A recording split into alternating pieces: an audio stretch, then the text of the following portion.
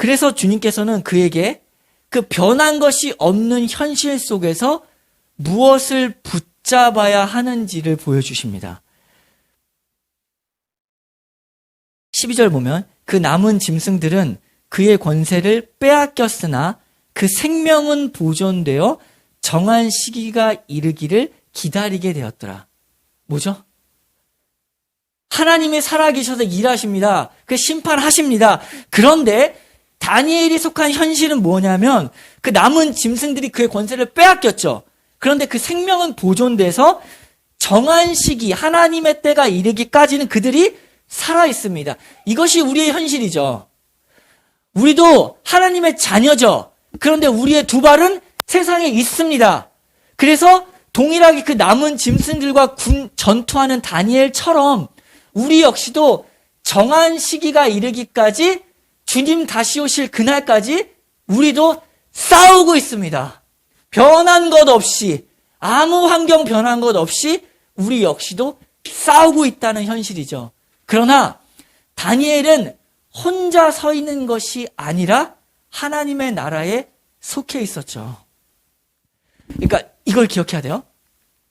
우리를 세상 가운데 예수님께서 보내실 때 자객으로 보내신 것이 아니라는 사실입니다.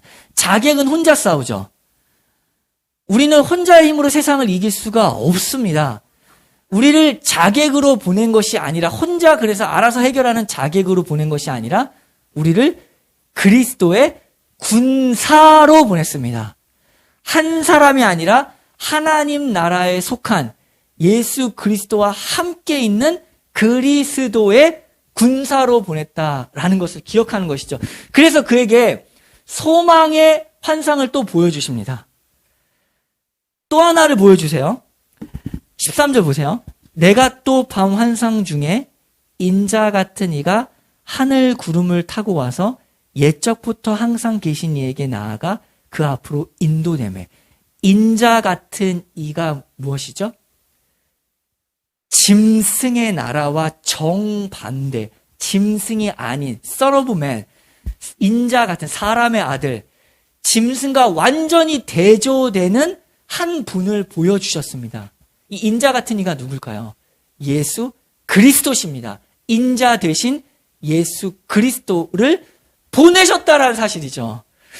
우리가 이 부분을 기억해야 돼요. 짐승의 나라를 봤어요. 세상에 어둠의 악한 영들이 가득합니다. 그러나 우리를 혼자 보내신 것이 아니라 우리에게 소망을 보여주셨죠. 예수 그리스도를 우리에게 보내셨다라는 사실입니다. 그리스도가 나타났죠. 그리고 그에게 권세와 영광의 나라를 주고 모든 백성과 나라들과 다른 언어를 말하는 모든 자들이 그를 섬기게 하였으니 그의 권세는 소멸되지 아니하는 영원한 권세요. 그의 나라는 멸망하지 아니할 것이라. 내 짐승들 다 결국에 막 힘을 발휘하는 것처럼 보이지만 일시적이었습니다. 그게 다 먹히는 거죠. 한 짐승이 나타나고 또 그 두 번째 짐승이 나타나서 먹히고 세 번째 짐승이 나서 먹히고 네 번째 짐승이 나타나서 다 먹힙니다. 힘을 발휘하는 것처럼 보이지만 다 자기들끼리 먹혀서 결국에 다 소멸하는 것이죠. 그런데 예수 그리스도의 나라는 영원히 멸망하지 아니할 것이요. 그 나라는 영원한 나라다. 영원한 하나님의 나라다라고 하는 것이죠. 22절을 봐요. 옛적부터 항상 계신 이가 와서 지극히 높으신 이의 성도들을 위하여 원한을 풀어주셨고 때가 이르매 성도들이 나라를 얻었더라. 우리가 속해 있는 이 나라는 어디인지 예수 그리스도에게 속한 나라다. 그분에 속한 백성이다.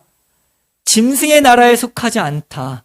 우리가 그 나라에 속한 백성이기 때문에 우리는 안전합니다. 우리는 승리합니다.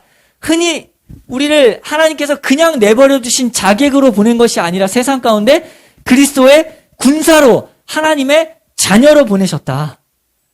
그 나라의 백성들, 교회가 있고 예수 그리스도가 우리와 함께 계신다라고 하는 두 번째 환상을 보여주신 것입니다.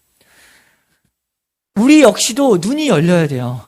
우리 삶 속에서 그냥 보이는 싸움들, 사람들과의 관계, 그리고 어려움들을 넘어서서 이 배후에 무엇이 있는지, 온 세상이 하나님의 자녀를 무너뜨리려고 하는 그런 말들과 공격 속에 퍼붓는 시대를 우리가 두 발로 걷고 있습니다. 두 발로 서 있습니다.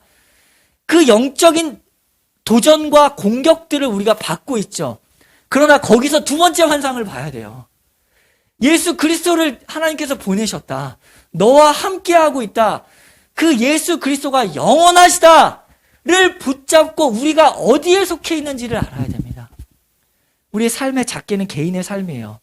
나를 무너뜨리고 하는 말들, 비판의 말들, 절망스럽게 하는 말들, 그 너머에 있는 절망의 목소리를 내고 무너뜨리려고 힘을 갖지 못하게 하려고 내가 무슨 하나님의 자녀야 라고 말하게 하는 목소리들을, 그 사람을 볼 것이 아니라 우리의 싸움이 어디였죠? 우리의 싸움이 어디 있어요? 악한 영들과의 싸움입니다. 그 사람 미워할 거 없습니다. 그 모든 것들이 다 우리를 무너뜨리게 하는 것에 사용되는 것들 뿐입니다. 사람을 미워할 이유가 없습니다. 그래서 우리가 그냥 쉽게 하는 말이죠. 뭐 사람은 미워하지 말고 죄는 이게 그냥 던지는 말이 아니라 우리의 싸움이 어디 있는지를 먼저 영적 현실을 봐야 돼요. 눈이 열려야 돼요. 이 눈이 안 열리면은 늘 사람 미워하다가, 사람 의지하다가, 사람 붙잡고 어떻게 한번 해보려다가 그 인생을 다 보냅니다. 영적인 현실을 봐야 되죠. 그리고 하나님이 지금 어떻게 일하시는지 다니엘을 통하여 두 번째 환상을 보여준 것처럼 나를 통해 하나님이 어떻게 일하시고 계시고 나에 대한 어떤 계획을 가시고 일하려고 하는지 하나님에 대한 그 눈이 열려야 됩니다. 오늘 제목이었죠.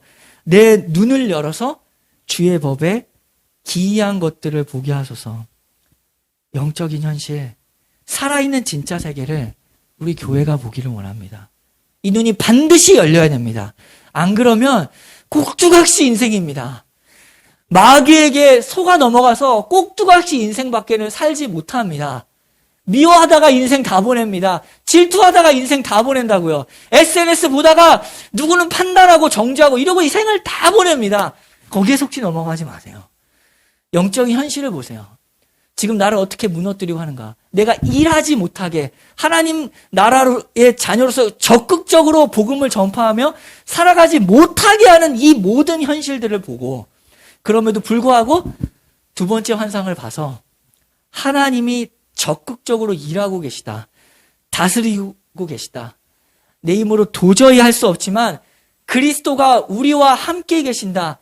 나는 그리스도의 백성이다. 하나님의 자녀다. 라는 이 사실을 알고 담대하게 전진해 나가는 우리 교회가 되기를 바랍니다. 기도하겠습니다.